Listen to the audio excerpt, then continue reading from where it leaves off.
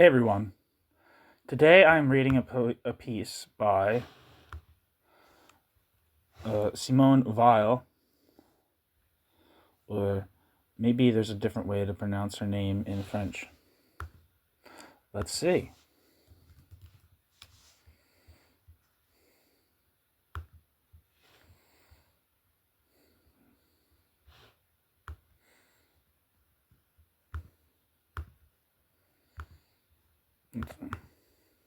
Come on.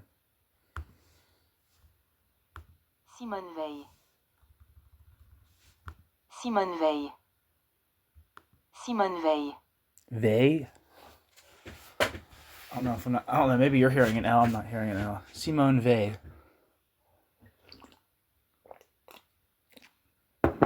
I don't know much about Simone Weil, but I know she wrote for the journal,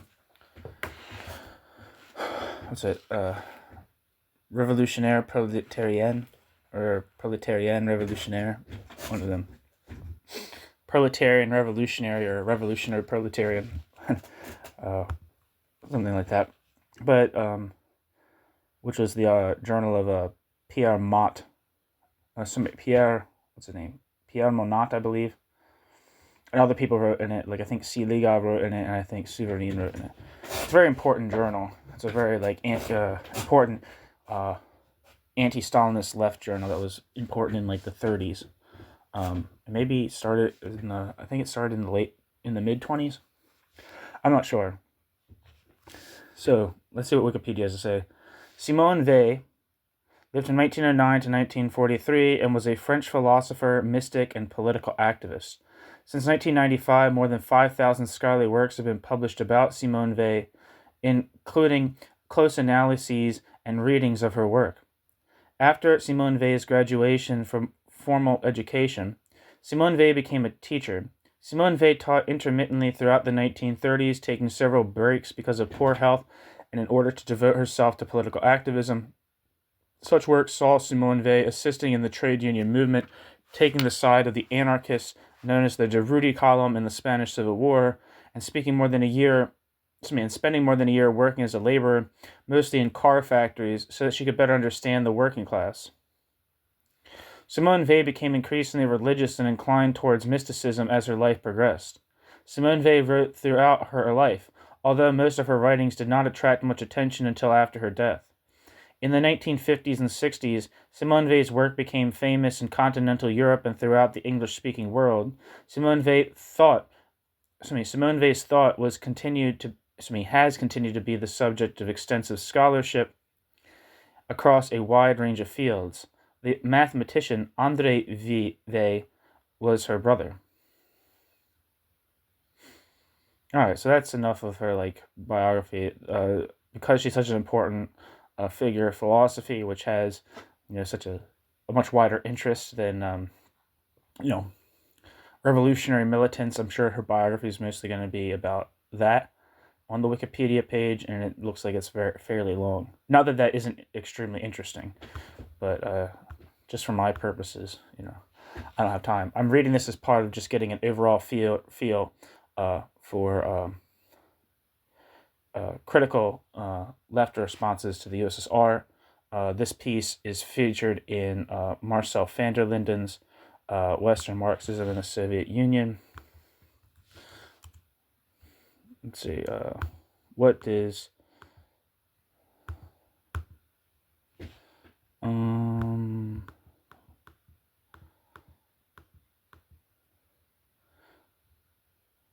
I think how it's pronounced, the original piece published in La Révolution Proletarienne says the title was Allant nu vers la Révolution Proletarienne. I think this is the piece where that most of the stuff in van der Linden draws on it. I don't think there's any other big pieces by her in this book. Let me see.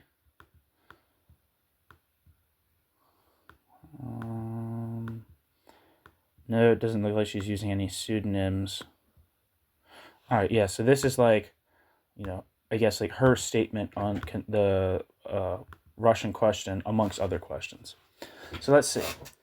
I'm getting this from a book titled Oppression and Liberty, which contains a lot of her political thoughts. But here we go. Are we heading for the proletarian revolution? And it starts with a quote.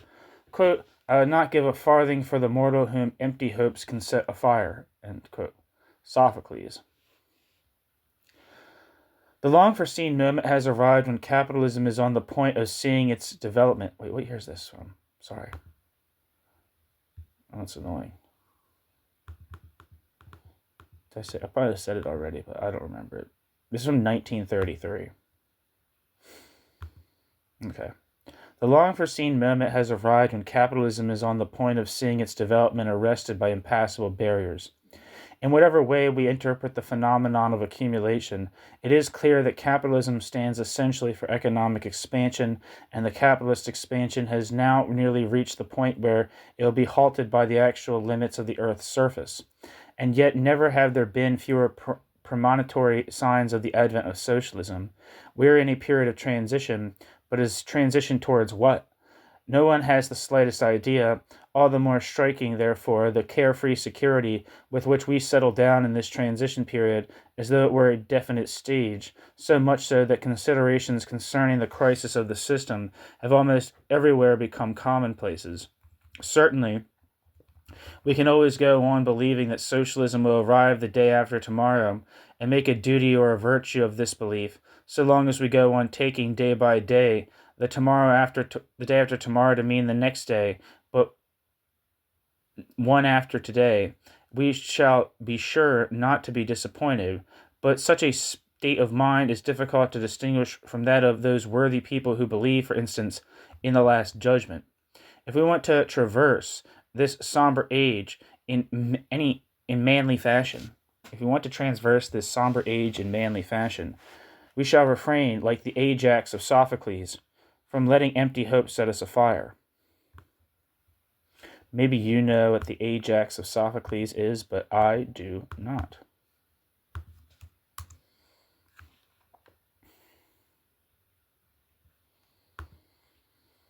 Wikipedia says, Sophocles' Ajax is a Greek tragedy written in the 5th century BCE.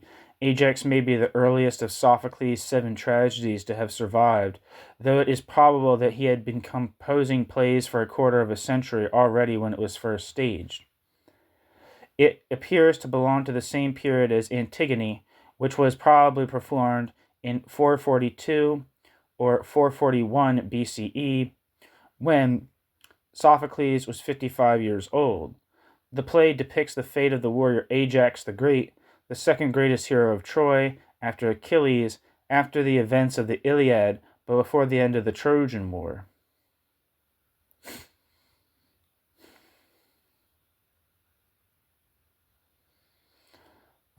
It says, the play opens with a dialogue between Athena and Odysseus. After the great warrior Achilles had been killed in battle, there was a question as to who should receive his armor. As the man who now could be considered the greatest Greek warrior, Ajax felt he should be given Achilles' armor, but the two kings, Agamemnon and Menelaus, awarded it instead to Odysseus. Ajax became furious and decided to kill the 3 of them. However, Athena stepped in and deluded Ajax into instead killing the spoil of the Greek army, which includes cattle as well as the herdsmen. Athena gave false visions to Ajax, making him see the animals as humans. Athena summoned Ajax, who comes on stage and expresses his belief that he has slaughtered Agamemnon and Menelaus. He departs in order to hunt Odysseus. His concubine, Tecmessa, and the chorus discuss and describe Ajax's madness and terrible actions. They are interrupted by Ajax crying out from off stage, as Ajax suddenly comes to his senses and realizes what he has done. Overwhelmed by shame, he decides to commit suicide. Tecmessa pleads for Ajax not to leave her and their child, Eurystheus, unprotected.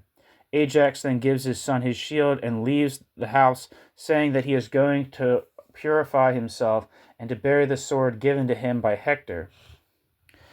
Teucer, Ajax's half-brother, arrives.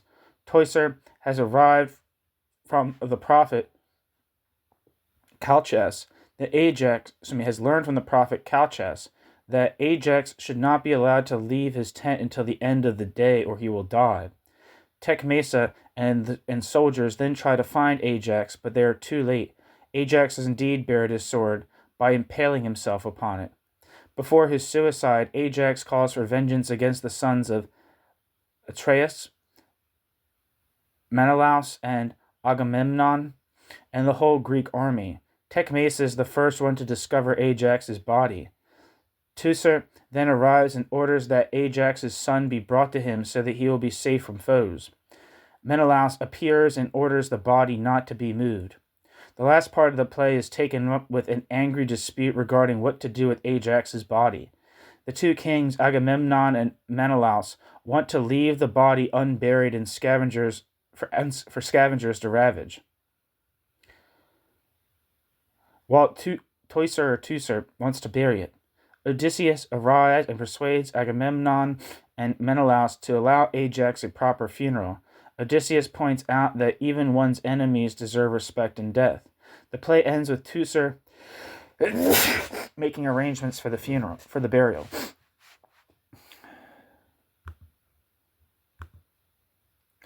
Sorry for that detour, but I'm dumb.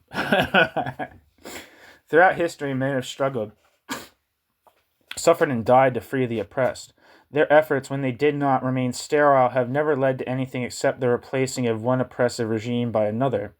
Marx, who had observed this, thought he was able to demonstrate scientifically that things were different in our day, and that the struggle of the oppressed would now lead to a true emancipation, not to a new oppression. It is this idea which we have preserved as an article of faith that we need to examine afresh, unless we mean systematically to close our eyes to the events of the past 20 years.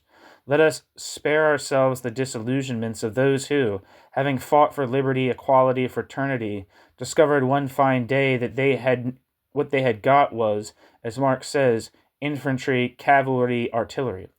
But they, at any rate, were able to draw some lessons from the surprises of history.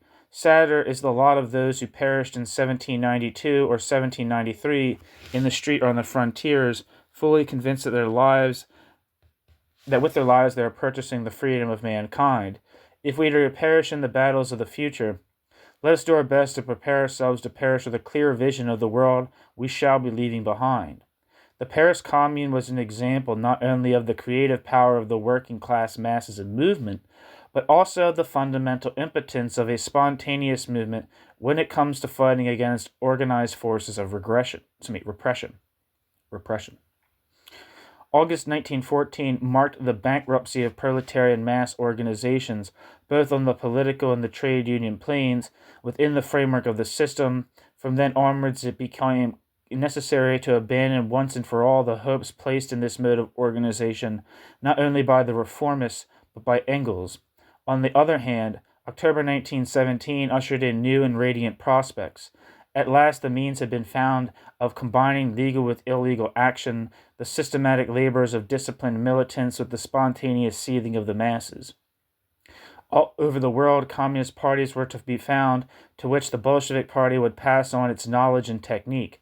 They were to replace social democracy, already described by Rosa Luxemburg in August 1914 as a, quote, stinking corpse, and very soon to disappear from the stage of history, and they were to seize power within a very short time. The political regime set up spontaneously by the workers of Paris in 1871, then by those of St. Petersburg in 1905, was to become solidly entrenched in Russia, and so on, to embrace the entire civilized world. Of course, the crushing of the Russian Revolution by the brutal intervention of foreign imperialism might blast these brilliant prospects, but, unless such a thing occurred, Lenin and Trotsky were certain of introducing into history precisely this particular series of transformations and not any other.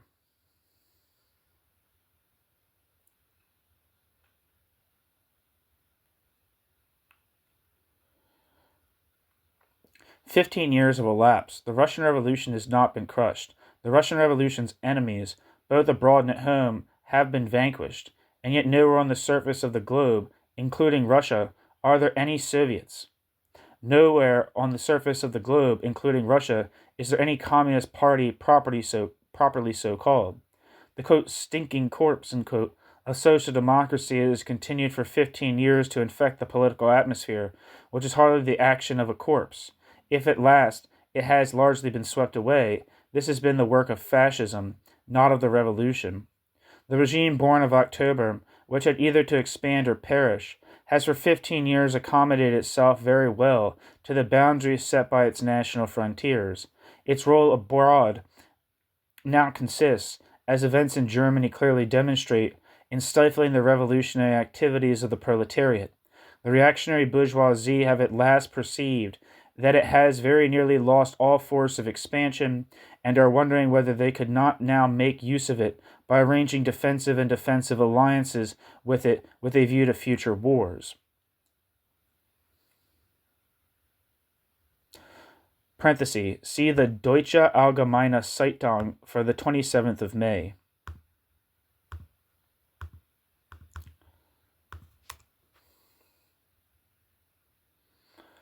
Wikipedia says the Deutsche Allgemeine Zeitung was a German newspaper that appeared between 1861 and 1945.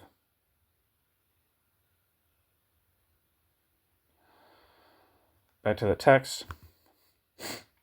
The truth is that this regime resembles that which Lenin thought he was setting up insofar as it excludes capitalist property most entirely. In every other respect, it is the exact opposite. Instead of genuine freedom of the press, there is the impossibility of expressing a free opinion, whether in the form of a printed, typewritten, or handwritten document, or simply by word of mouth, without running the risk of being deported, instead of the free play between parties within the framework of the Soviet system. There is the cry of, quote, one party in power and all the rest in prison, end quote, instead of a communist party destined to rally together for the purposes of free cooperation, men possessing the highest degree of devotion, conscientiousness, culture, and critical aptitude. There is mere administrative machine, a passive instrument in the hands of the Secretariat, which, as Trotsky himself admits, is a party only in name.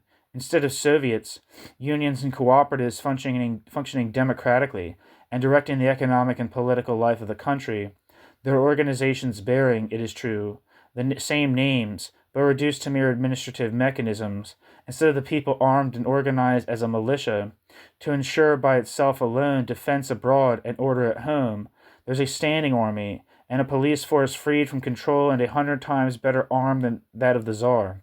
Lastly, and above all, instead of elected officials, permanently subject to control and dismissal, who were to ensure the functioning of government until such a time as, quote, every cook would learn how to rule the state, end quote. There is a professional bureaucracy, freed from responsibility, recruited by co-option and possessing, through this concentration in its hands of all economic and political power, a strength hitherto unknown in the annals of history. The very novelty of such a regime makes it difficult to analyze. Trotsky persists in saying that we have here a, quote, dictatorship of the proletariat, a, quote, worker state, albeit with, quote, bureaucratic deformations, and that, as regards the necessity for such a regime to expand or perish, Lenin and he were mistaken.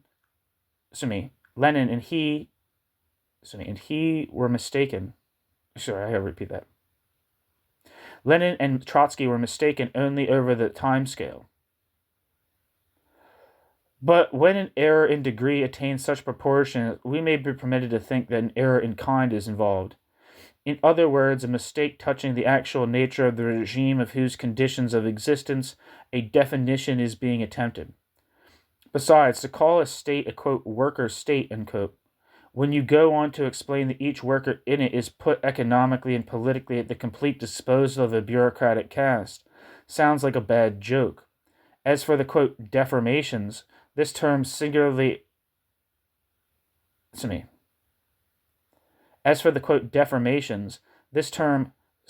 out of place in the case of a state, all of whose characteristics are exactly the reverse of those theoretically associated with a worker state, seems to imply that the Stalin regime is a sort of anomaly or disease of the Russian Revolution.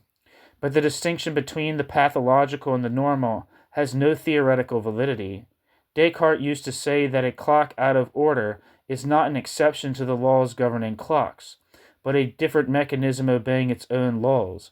In the same way, we could regard the Stalin regime not as a worker state out of order, but as a different social mechanism, whose definition is to be found in the wheels of which it is composed, and which functions according to the nature of those wheels. And, whereas the wheels of a worker state would consist of the democratic institutions of the working class, those of the Stalin regime consist exclusively of the various parts of a centralized administrative system on which the whole economic, political, and intellectual life of the country is entirely dependent. For such a regime, the dilemma of, quote, expand or perish, end quote, not only is no longer valid, but no longer even has any meaning. The Stalin regime, considered as a system of oppression, is no whit more contagious than was the French Empire for France's neighbors. The view according to which the Stalin regime constitutes a mere transition, either in the direction of socialism or in that of capitalism, also seems arbitrary. The oppression of the workers is evidently not a step in the direction of socialism.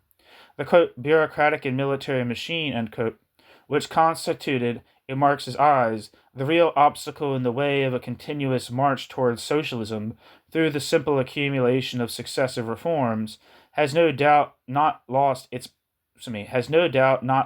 property, seeing that, contrary to what was foreseen, it has survived the capitalist economy. As for the restoration of capital, which could only take place as a sort of colonization, this is not at all impossible, in view of the greed that characterizes all imperialisms and of the economic and military weakness of the USSR. However, the rivalries between the various imperialisms have, so far, prevented the ratio of forces from being overpoweringly against Russia.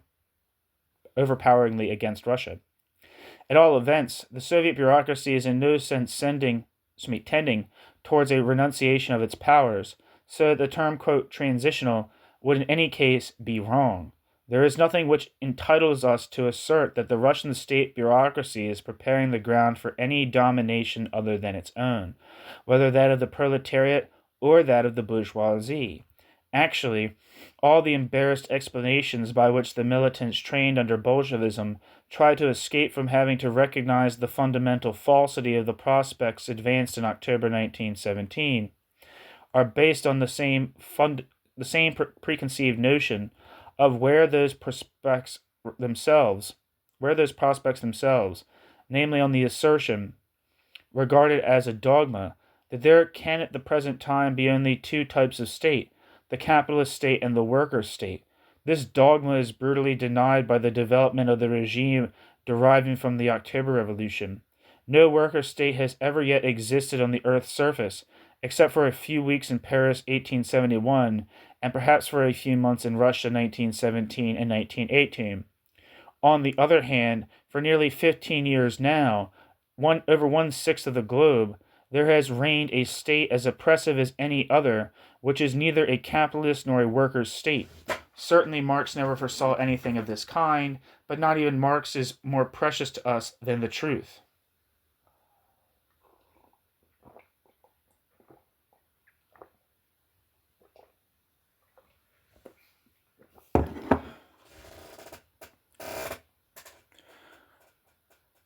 One second.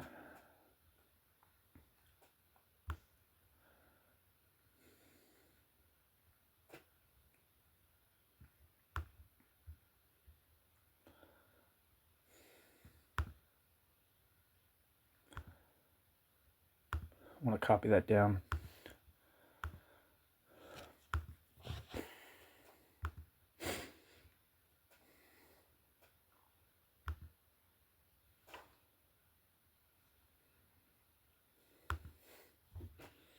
Come on.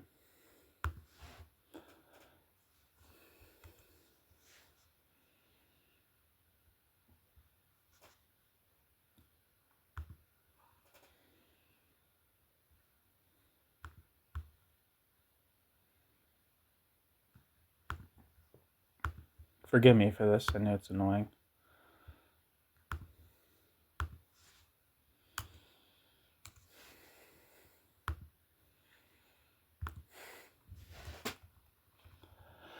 The other outstanding phenomenon of our time, that is to say, fascism, fits no more easily into the categories of classical Marxism than does the Russian state.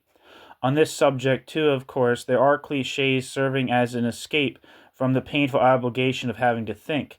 Just as the USSR is a, quote, workers' state, more or less, quote, deformed, so fascism is a movement of the lower middle classes based on demagogy and constitutes, quote, the bourgeoisie's last card before the triumph of the revolution, end quote. For the degeneration of the workers' movement has led the theorists to represent the class struggle as a duel, or a game, between actively conscious partners, and each social or political event as a maneuver by one of these partners, a conception that has no more to do with materialism than has Greek mythology. There exist small groups of high financiers, big industrialists, and reactionary politicians who consciously defend what they take to be the political interests of the capitalist oligarchy. But they are as incapable of preventing as they are of arousing a mass movement like fascism, or even of directing it. In point of fact, they have at times assisted it, at times fought against it. They have tried vainly to turn it into a docile instrument, and have ended by surrendering it. Certainly, it is the presence of an exasperated proletariat which, for them, makes this surrender a lesser evil. Nevertheless, fascism is something altogether different from a card in their hands. The brutal manner in which Hitler dismissed Hugenberg, as if he were a domestic servant, in spite of Krupp's protest, is significant in this respect. I'm looking up Hugenberg because I don't know who this person is. I know who Krupp is, obviously. Alfred Ernest Christian Alexander Hugenberg, or Alfred Hugenberg, lived from 1865 to 1951 and was an influential German businessman and politician. An important figure in nationalist politics in Germany during the first 3 decades of the 20th century, Alfred Hugenberg became the country's leading media proprietor during the 1920s. As a leader of the German National People's Party, Alfred Hugenberg played a part in helping Adolf Hitler become Chancellor of Germany and served in his first cabinet in 1933. Hoping to control Hitler and use Hitler as a tool, the plan failed, and by the end of 1933, Hugenberg had been pushed to the sidelines. Although Hugenberg continued to serve as a guest member of the Reichstag until 1945, Alfred Hugenberg wielded no political influence. Following World War II, Hugenberg was interned by the British in 1946 and classified as, quote, exonerated in 1951 after going denazification. Hugenberg's fundamental political and philosophical principles can be traced back to Alfred Hugenberg's youth. Alfred Hugenberg's university studies and early work organizing agricultural societies led Alfred Hugenberg to view the independent farmer or small businessman as the ideal German. He believed in social Darwinism, despised communism, socialism, and trade unions, and was in general skeptical of big business and finance. Alfred Hugenberg thought that Germany needed an authoritarian government, ideally a monarchy, and strongly supported nationalism and imperialism, in the belief that Germany could be secure only as a great power. The fall of the Hohenzollern monarchy at the end of World War I came as a tremendous shock, and from that point until the establishment of the Nazi state in 1933, Alfred Hugenberg focused on bringing down the parliamentary government of the Weimar Republic. Alfred Hugenberg earned degrees in both economics and law. In 1891, at the age of 26, Alfred Hugenberg co-founded the nationalist organization that later became the Pan-German League. Alfred Hugenberg worked in the Prussian civil service and in private business before joining the Krupp Steel Works, where he was chairman of the board of directors from 1909 until 1918. Alfred Hugenberg's work there led to seats on other supervisory boards and trade associations. During World War I, Alfred Hugenberg was an annexationist who wanted the empire to expand to the east through German settlements. He blamed Germany's defeat on Jews and socialists who had supposedly stabbed the German army in the back.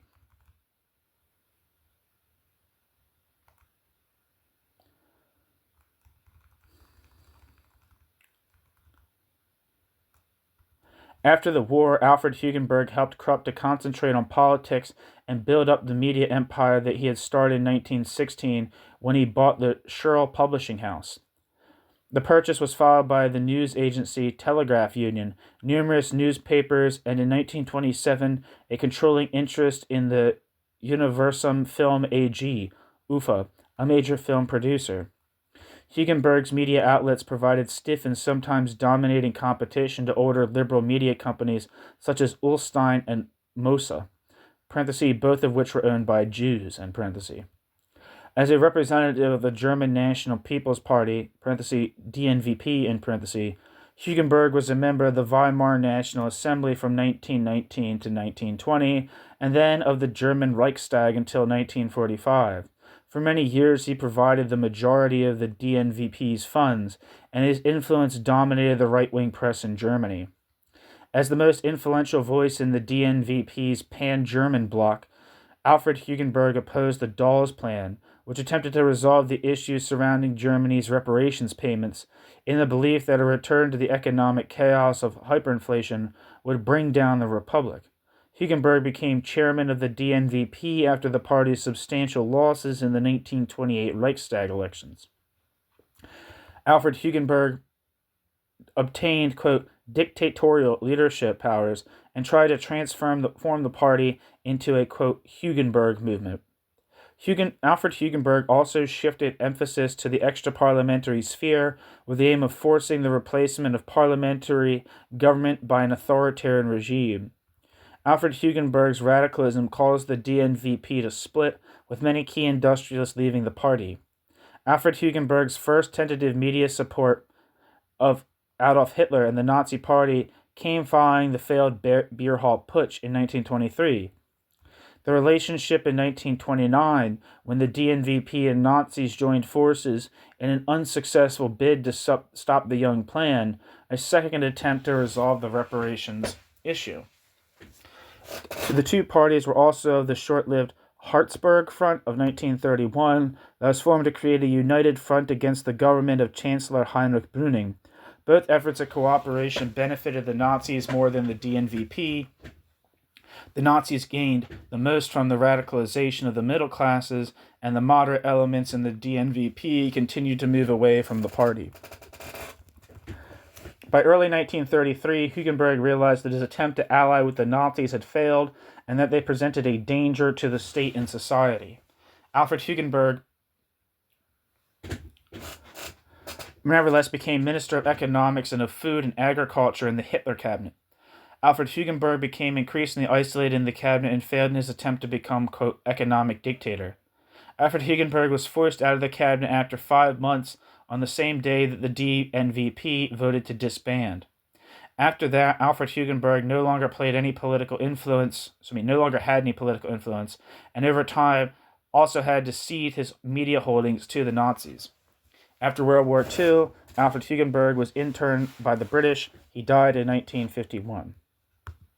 Okay, so that's who Hugenberg is. Let me repeat those last couple of sentences. Back to the text.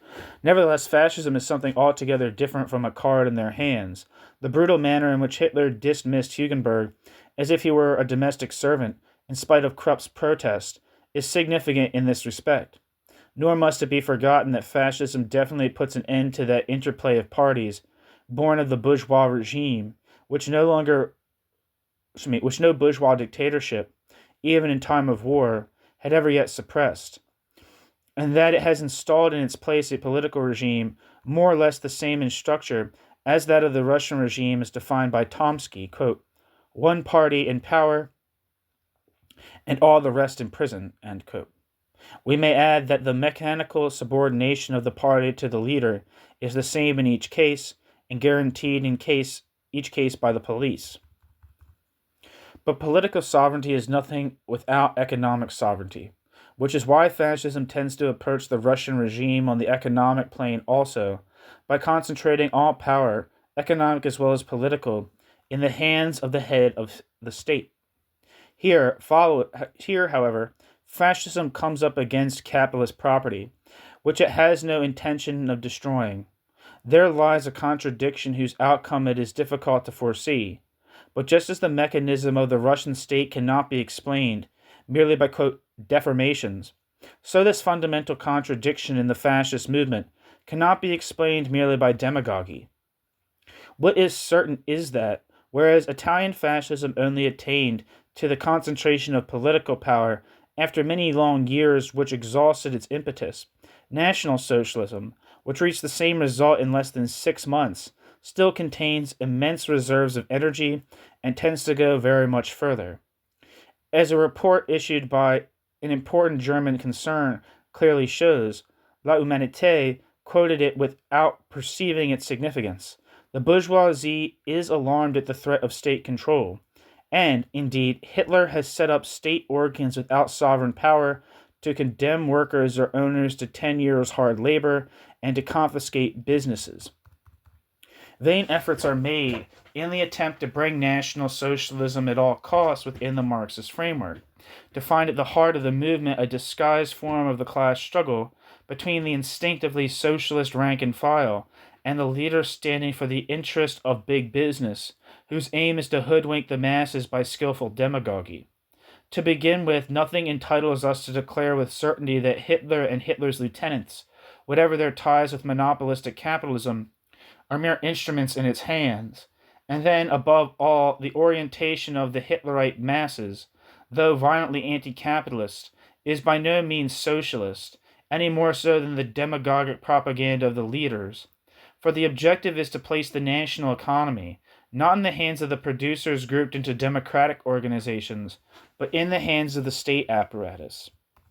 Now, although it is a long time since the influence of the reformists and the Stalinists made us forget the fact, socialism is the economic sovereignty of the workers and not of the bureaucratic and military machine of the state. What is called the, quote, national Bolshevik, end quote, wing of the Hitler movement is therefore in no sense socialist. It follows that the two political phenomena which dominate our time can neither of them find a place in the traditional picture of the class struggle. The same applies to a whole series of contemporary movements springing from the post-war period and remarkable for their affinity with both Stalinism and fascism. Such, for example, is the German review Die Tat, which groups together a band of young and brilliant economists, is extremely close to National Socialism, and regards the USSR as the model for the future state, save in the matter of the abolition of private property. It is at present advocating a military alliance between Russia and Hitlerite Germany. Let's see if there's anything for Die Tat.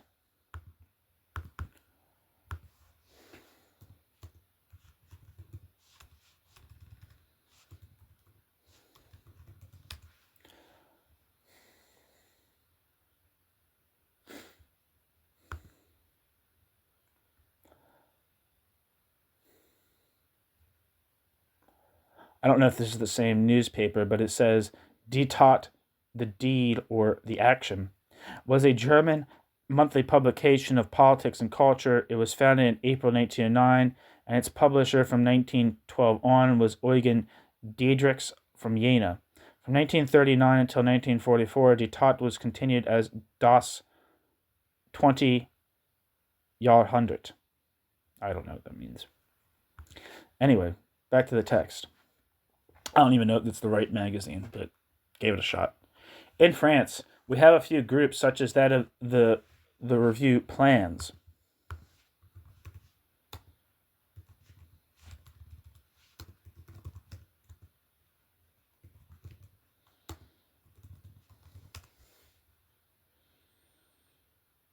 Yeah, I can't really look that up. Plans is such a generic title. In which a like ambiguity is found, but the most significant movement of this kind is that technocratic movement which is said in a short space of time to have spread over the whole of the United States. We know that it advocates, within the limits of a closed national economy, the abolition of competition in markets and an economic dictatorship exercised in sovereign fashion by the technicians. This movement, which has often been compared to Stalinism and fascism, has all the greater scope in that it appears to be not without influence over the group of intellectuals at Columbia who are at present advising Roosevelt. Such ideological trends are something absolutely new, giving its own character to our time. For the rest, the present period, however confused and rich in political trends of all kinds, new and old, seems to lack only that very movement which, according to the forecasts, was to constitute its essential feature, namely the struggle for the economic and political emancipation of the workers. There are, to be sure, scattered here and there and divided by obscure quarrels, a handful of old-time trade unionists and sincere communists. There are even a few small organizations that have preserved well-nigh intact the socialist watchwords. But the ideal of society governed in the economic and political sphere by cooperation between the workers now inspires scarcely a single mass movement, whether spontaneous or organized, and that at the very moment when, on every hand, there is nothing but talk of the bankruptcy of capitalism. Faced with this state of things, we are obliged, if we wish to look reality in the face, to ask ourselves whether that which is to take the place of capitalism is not to be a new system of oppression instead of the free association of producers.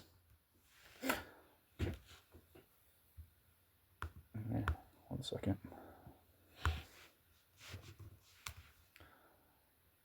I'm going to have to copy this down.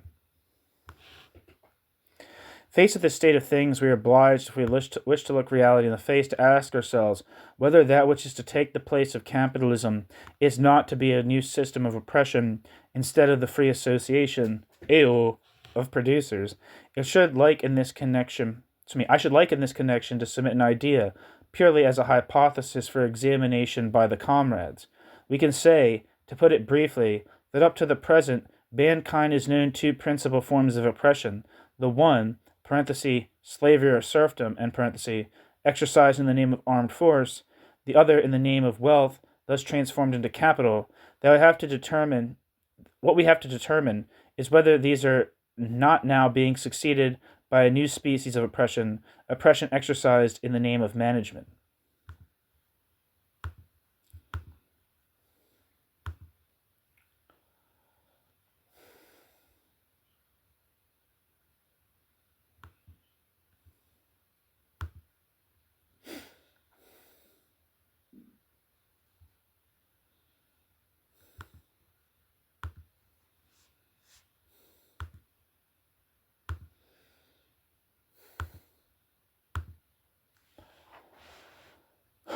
The mere reading of Marx clearly shows that already half a century ago, capitalism had undergone profound changes of a nature to transform the very mechanism of oppression.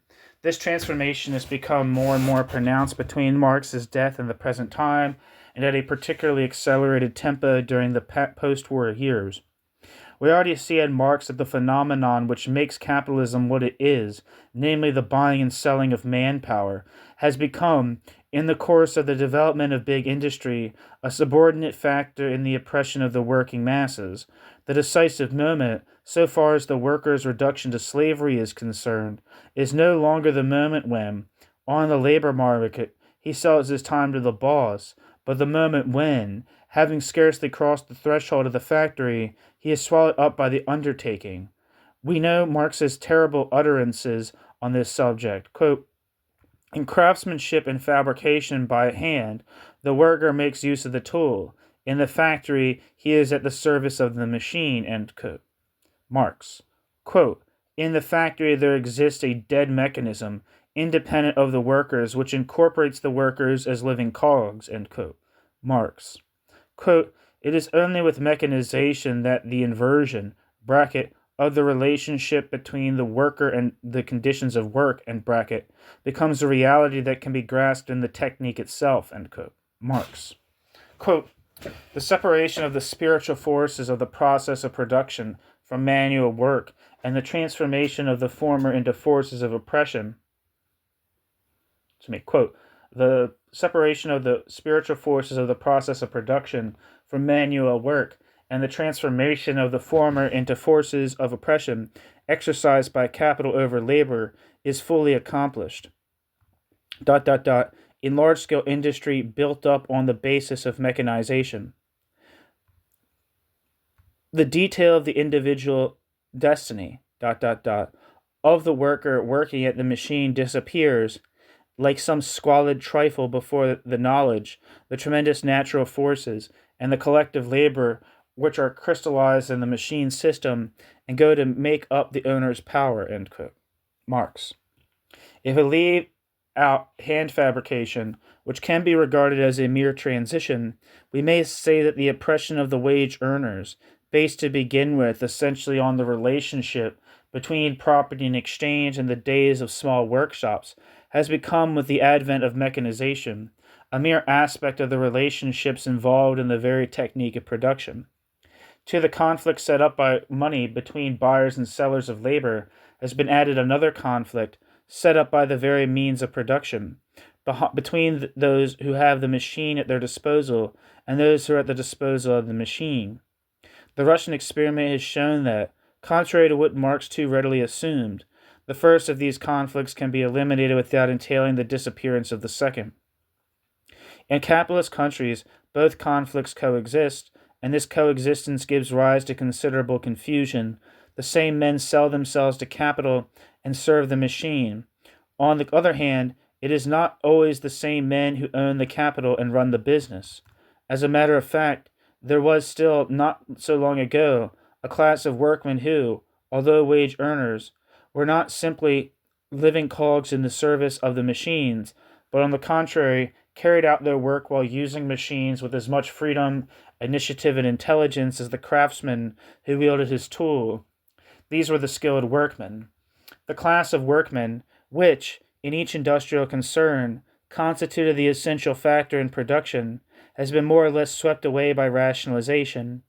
Nowadays, a machine setter has the job of setting a certain number of machines according to the requirements of the work to be carried out, and the work is accomplished under his orders by specialized hands able to handle one type of machine, and only one, always using identical movements, in which intelligence plays no part. Thus a factory is at present divided into two clearly separated camps, those who execute the work without, strictly speaking, taking any active part in it, and those who direct the work without executing anything. Between these two groups composing the personnel of an industrial concern, the machine itself forms an impassable barrier. At the same time, the development of the system of limited companies has created a barrier, less precise, it is true, between those who manage the business and those who own it. A man like Ford, who is both a capitalist and the managing director of a business, nowadays seems to us a survival from the past. As the American economist Pound has remarked, quote, industrial concerns, quote, writes Pilevsky in a book published in 1928, quote, tend more and more to get out of the hands of those captains of industry who were the original owner-managers of the business, ... The age of the tycoons tends more and more to become a thing of the past. We are entering a period that has been called the age of the technicians of management, and these technicians are as far removed from the engineers and the capitalists as are the workmen. The head is no longer a capitalist who owns the business. He has been replaced by a board of technicians. We still live on this past which is so close to us, and the mind has a certain difficulty in grasping this development. End quote. Pilevsky or Pilewski. Let's look up some of these people. I want to look at Pilewski and Pound.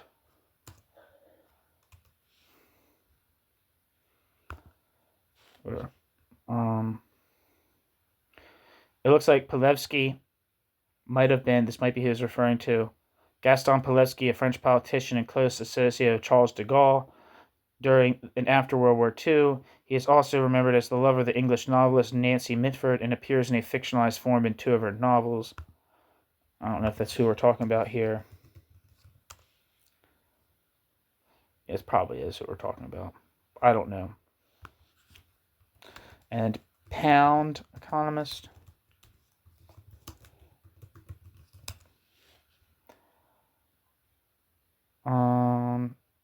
Yeah, I don't see anything for this, so.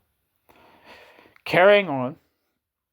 Here again we are dealing with a phenomenon which Marx had already perceived, but whereas in Marx's time the managing staff of the undertaking was hardly more than a team of employees at the service of the capitalists, Nowadays, vis-a-vis the small shareholders reduced to the role of mere parasites, and the big capitalists mainly concerned with financial manipulations, the quote, technicians of management, end quote, form a distinct social stratum whose importance tends to increase and which absorbs in various ways a considerable proportion of the profits.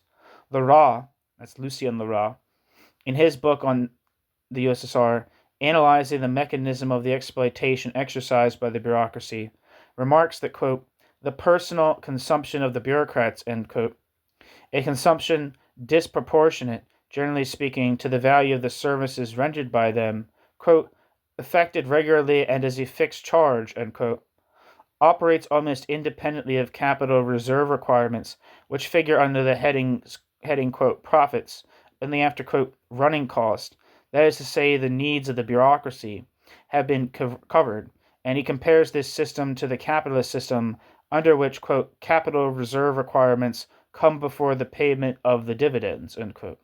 But he forgets that, although capital reserves come before dividends, the, quote, running cost, end quote, in capitalist countries, exactly as in the USSR, become before the placing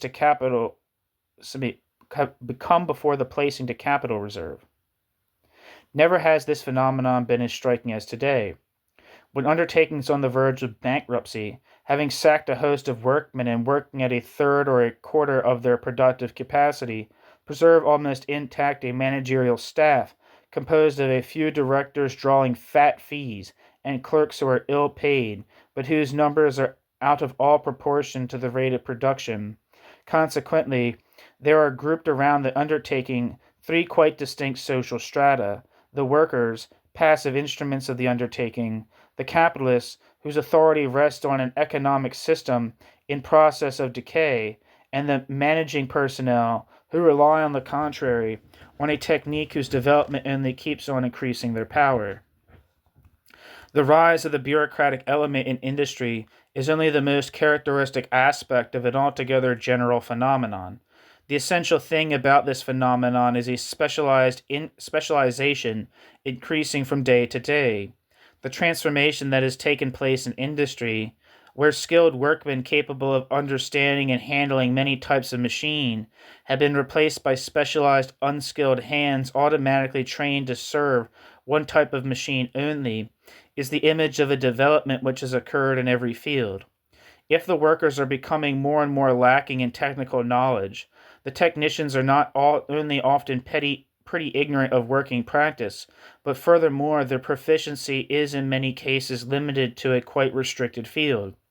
In America, they have been set about producing specialized engineers, just like ordinary unskilled men, in a certain category of machines, and what is significant, the USSR has hastened to copy America in the present. Moreover, it goes without saying that the technicians are ignorant of the theoretical basis of the knowledge which they employ. The scientists, in their turn, not only remain out of touch with technical problems, but are furthermore entirely deprived of the general view of things, which is the very essence of theoretical culture. One could count on one's fingers the number of scientists throughout the world with a general idea of the history and development of their particular science. There is none who is really competent as regards sciences other than his own. As science forms an indivisible whole, one may say that there are no longer, strictly speaking, scientists, but only unskilled hands doing scientific work, cogs in a whole their minds are quite incapable of embracing. Examples could be multiplied. In almost all fields, the individual, shut in within the bounds of a limited proficiency, finds himself caught up in a whole which is beyond him, by which he must regulate all his activity, and whose functioning he is unable to understand. In such a situation, there is one function which takes on a supreme importance, namely that which consists simply in coordinating. We may call it the administrative or bureaucratic function. The speed with which bureaucracy has invaded almost every branch of human activity is something astounding once one thinks about it. The rationalized factory, where a man finds himself shorn, in the interest of a passive mechanism, of everything which makes for initiative, intelligence, knowledge, method, is as it were an image of our present-day society.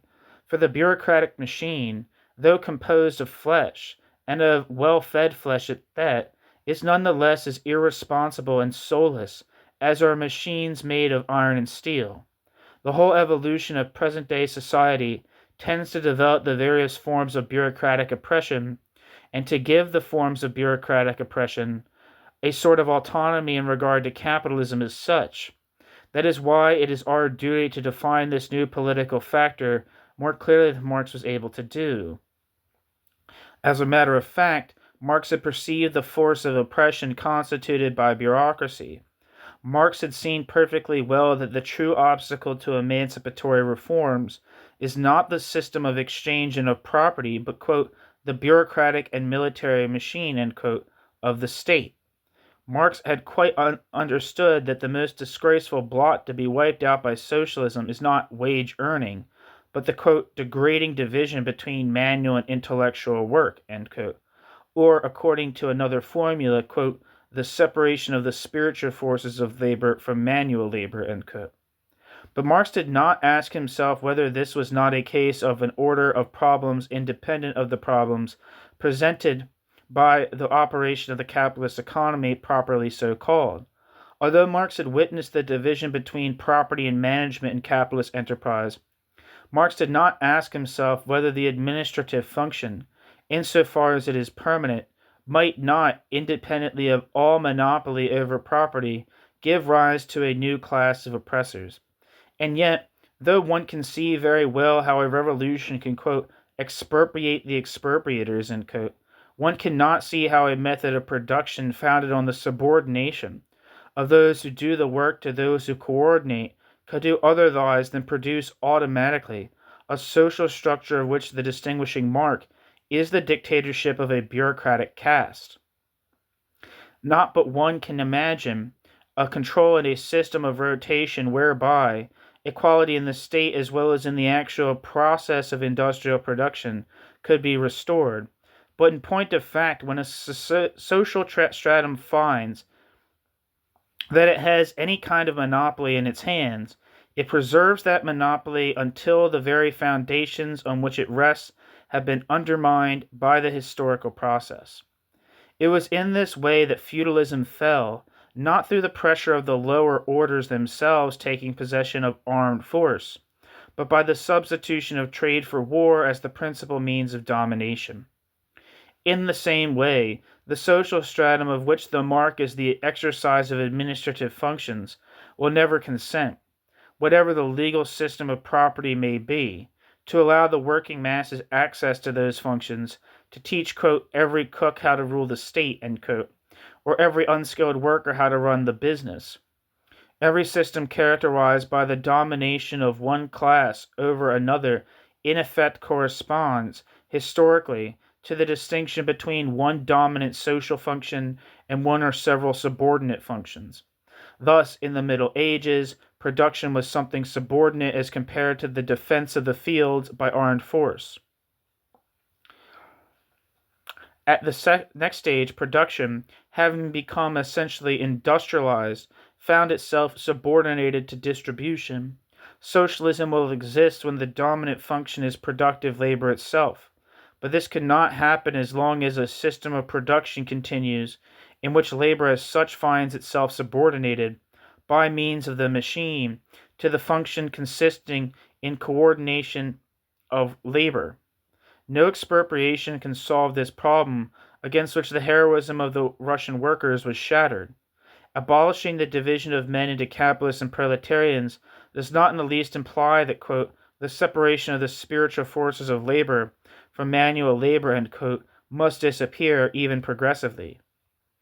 The American technocrats have drawn an enchanting picture of a society in which, with the abolition of the market, technicians would find themselves all-powerful, and would use their power in such a way as to give to all the maximum leisure and comfort possible. This idea reminds us, by its utopianism, of that of the enlightened despotism which our forefathers cherished. All exclusive, uncontrolled power becomes oppressive in the hands of those who have the monopoly of it. And we can see very, very clearly how, within the capitalist system itself, the oppressive action of this new social stratum is taking shape.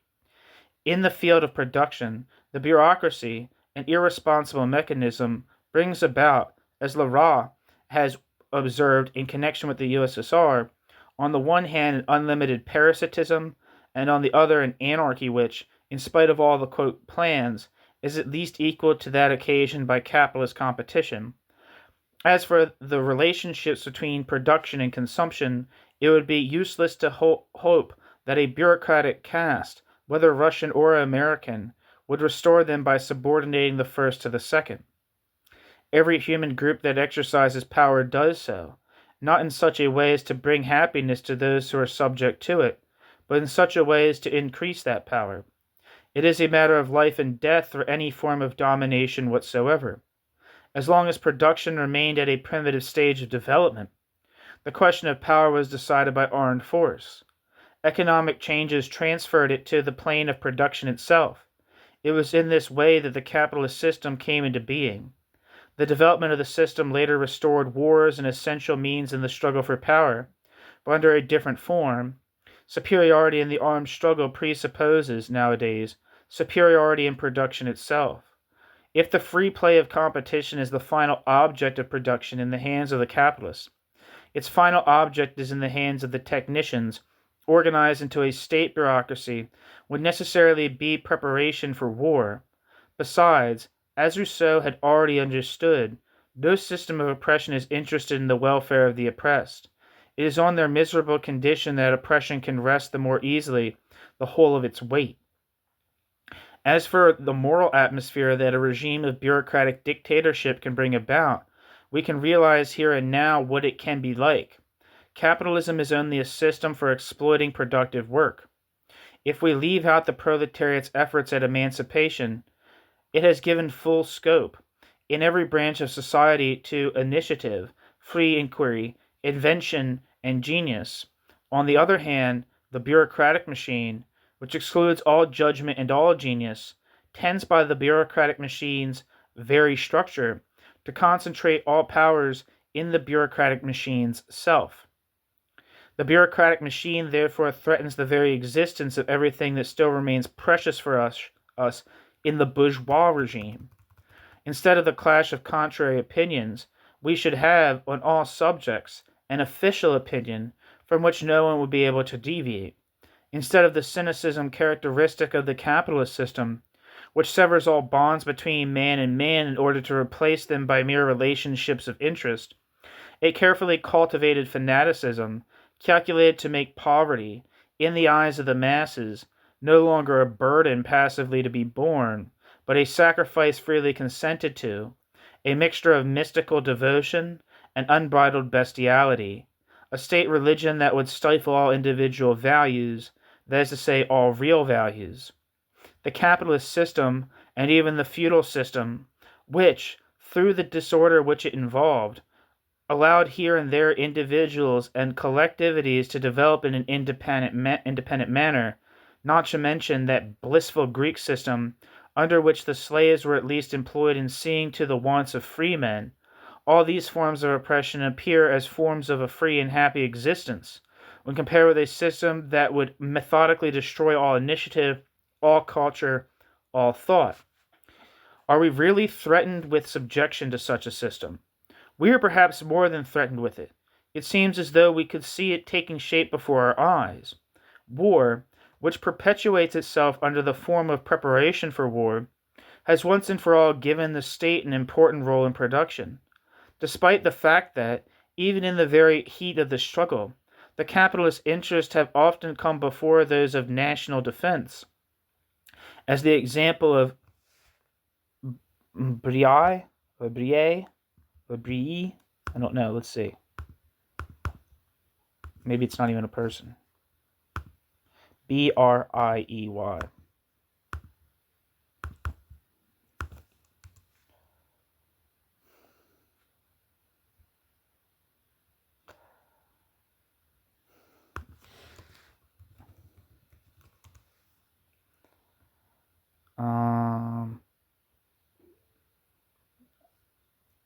I don't see anything that's popping out to me as relevant here.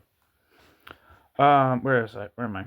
Despite the fact that even in the very heat of the struggle, the capitalist interests have often come before those of national defense, as the example of �veɪ shows, systematic preparation for war presupposes, in the case of each state, a certain regimentation of the economy, a certain tendency towards economic independence. On the other hand, in all spheres, bureaucracy has since the war increased in monstrous fashion. Certainly, bureaucracy has not yet turned itself into a system of oppression. It has crept in everywhere. It nevertheless remains diffused, scattered about in a host of administrative organs, which the free play itself of the capitalist system prevents from crystallizing around some central nucleus.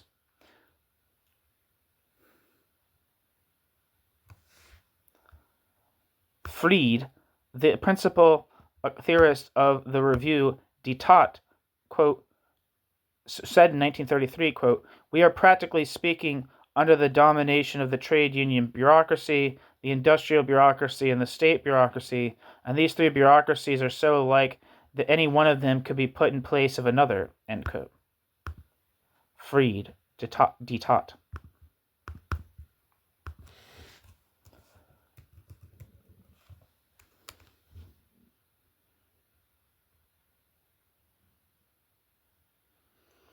Yeah, I don't know. I can't find anything for any Fried. The principal theorist of the review devote. I already said that. Now, under the influence of the crisis, these three bureaucracies are tending to merge into one single organization. It is what we see in America, where Roosevelt, under the influence of a band of technicians, is trying to fix prices and wages in agreement with the industrialist associations and the trade unions. It's what you see in Germany, where, with lightning rapidity, the state apparatus has taken over the trade union apparatus and is tending to lay its hands on the economy. As for Russia, the three bureaucracies, state, capital industries, and workers' organizations, have long since constituted one and the same apparatus. The question of the prospects lying ahead thus presents itself in two ways. On the one hand, in the case of Russia, where the working masses have appropriated owners and capitalists, the question is whether, without a civil war, the bureaucracy can wipe out the last vestiges of the conquest of October. It certainly seems as though we are compelled by the fact, in spite of Trotsky. It certainly seems that we are compelled by the facts, in spite of Trotsky, to reply in the affirmative. As for other countries, we must consider whether in them capitalism as such can be destroyed without a similar expropriation, through a simple transformation in the meaning of property. On this point, the facts are far less clear. One can regularly say that already the capitalist system, strictly speaking, no longer exists. There is no longer, strictly speaking, a labor market. Regulation of wages and of engagement of labor, the labor corps, seem to be so many steps in the transformation of the wage-earning system into a new form of exploitation. It seems also that in Germany the commissioners placed by Hitler in the trust and the big undertakings do, in fact, exercise dictatorial powers. The systematic abandonment of gold currency throughout the world is also an important phenomenon. Furthermore, we must bear in mind such facts as the, quote, conclusion of the National Revolution, quote, in Germany, and the setting up of a Supreme Economic Council which includes all the industrial magnates. Nevertheless, the National Socialist movement is far from having shot its last bolt. The successive acts of surrender made by the bourgeoisie to this movement show well enough that the true relationship between the forces is the way ownership and industrial management have become separated, which has transformed the majority of owners of capital into mere parasites, permits the use of slogans such as the, quote, struggle against the servitude of interest, end quote, which are anti-capitalist without being proletarian. As for the big industrial and financial magnates, their participation in the economic dictatorship of the state does not necessarily exclude the suppression of the part hitherto played by them in the economy.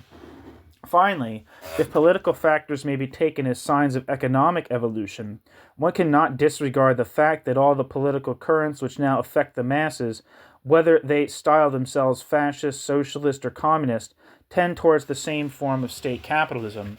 Only a few defenders of economic liberalism oppose this powerful tendency, but they become more and more timid and are less listened to. Few indeed are those among our comrades who remember that the workers' democracy could also be set against it. With all these facts, and many others before us, we are obliged to ask ourselves frankly toward what kind of system the present crisis will lead us. If it continues, or in the event of a rapid return to a favorable situation, the crises to come. In face of a development of this kind, the worst lapse would be for ourselves to forget the goal we are aiming at. Already a great number of our comrades are more or less seriously infected by this lapse, and it threatens us all. Let us not forget that we want to make the individual and not the collectivity the supreme value. We want to form whole men by doing away with that specialization which cripples us. We want to give to manual labor that dignity which belongs to manual labor of right, by giving the workman the full understanding of technical processes instead of mere mechanical training, and to prevent the understanding with its proper object, by placing it in contact with the world through the medium of labor. We want to make abundantly clear the true relationships between man and nature, those relationships that are concealed in every society based on exploitation by, quote, the degrading division of labor into intellectual and manual labor, end quote.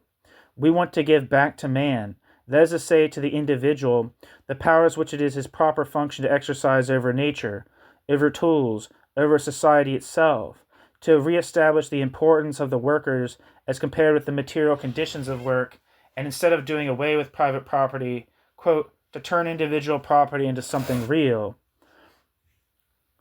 by transforming the means of production, which at present serve above all to enslave and exploit labor, into mere instruments of labor freely and cooperatively performed, end quote.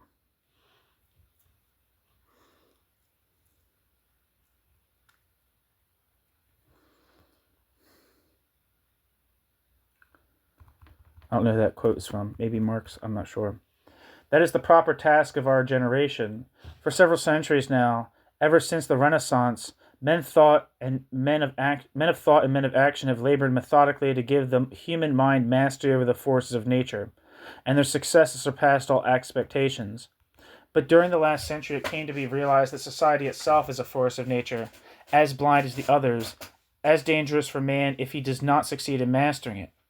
At the present time, this force weighs upon us more cruelly than water, earth, air, and fire, all the more so since it holds in its own grasp, as a result of technical progress, the control of water, earth, air, and fire.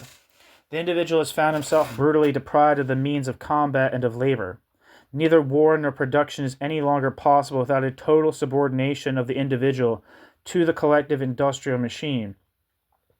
Now the social mechanism, through its blind functioning is in process, as everything that has happened since August 1914 shows, of destroying all the conditions for the material and moral well-being of the individual, all the conditions for intellectual and cultural development. To gain mastery over this mechanism is for us a matter of life and death, and to gain mastery over it means to subject it to the human mind, that is, to the individual.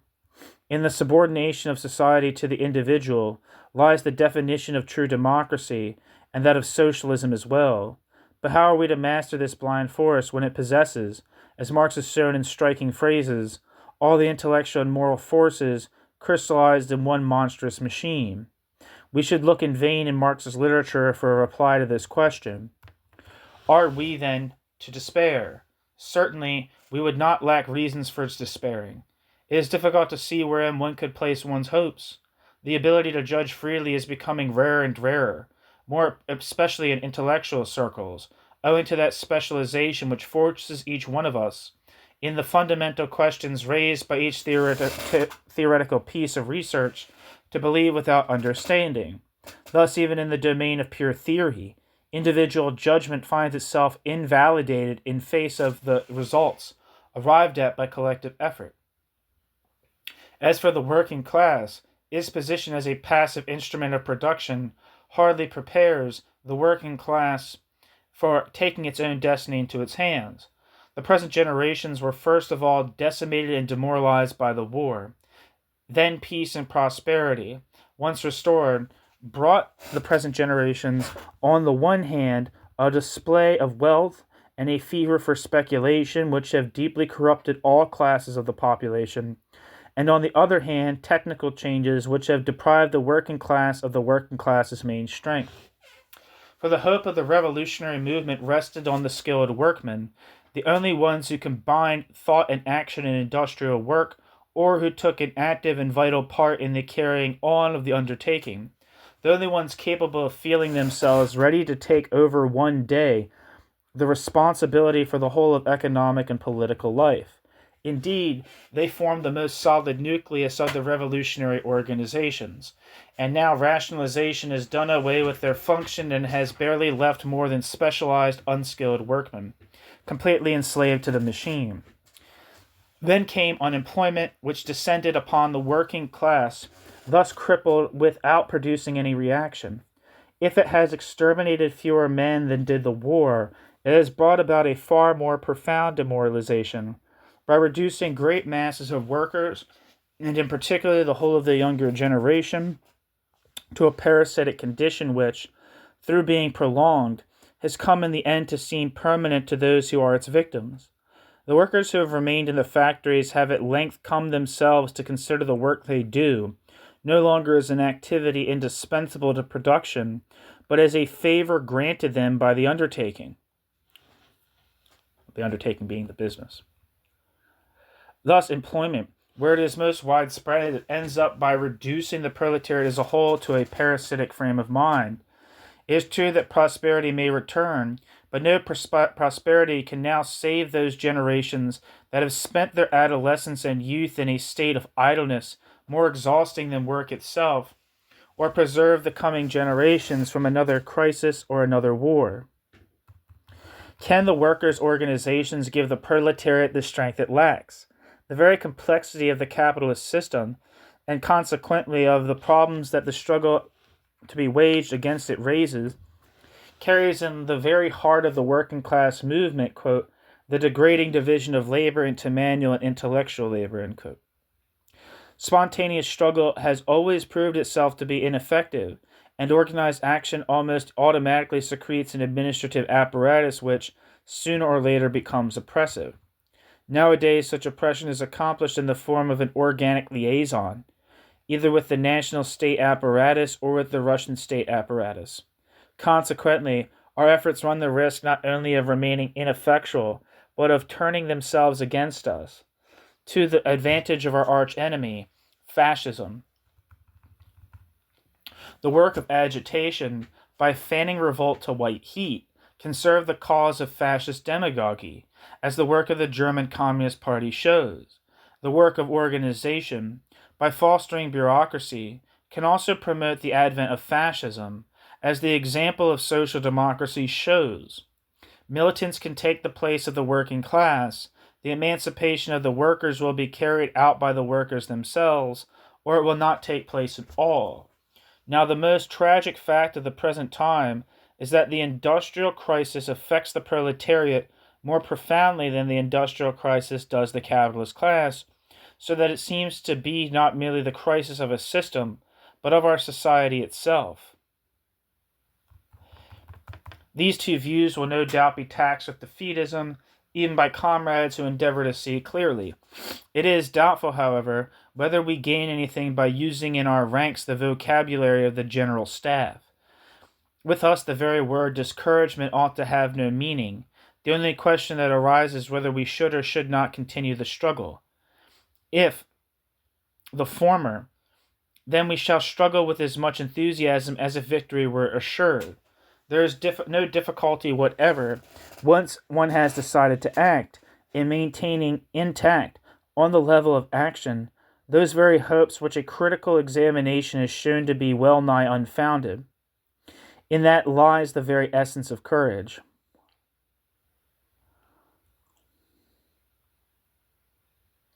Now, seeing that a defeat would run the risk of destroying, for an indefinite period, everything which lends value to human life in our eyes, it is obvious that we must struggle by every means which seem to us to have some chance of proving effective.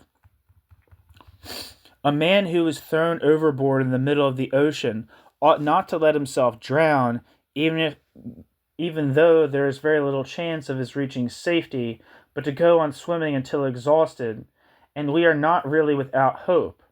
The mere fact that we exist, that we conceive and want something different from what exists, constitutes for us a reason for hoping.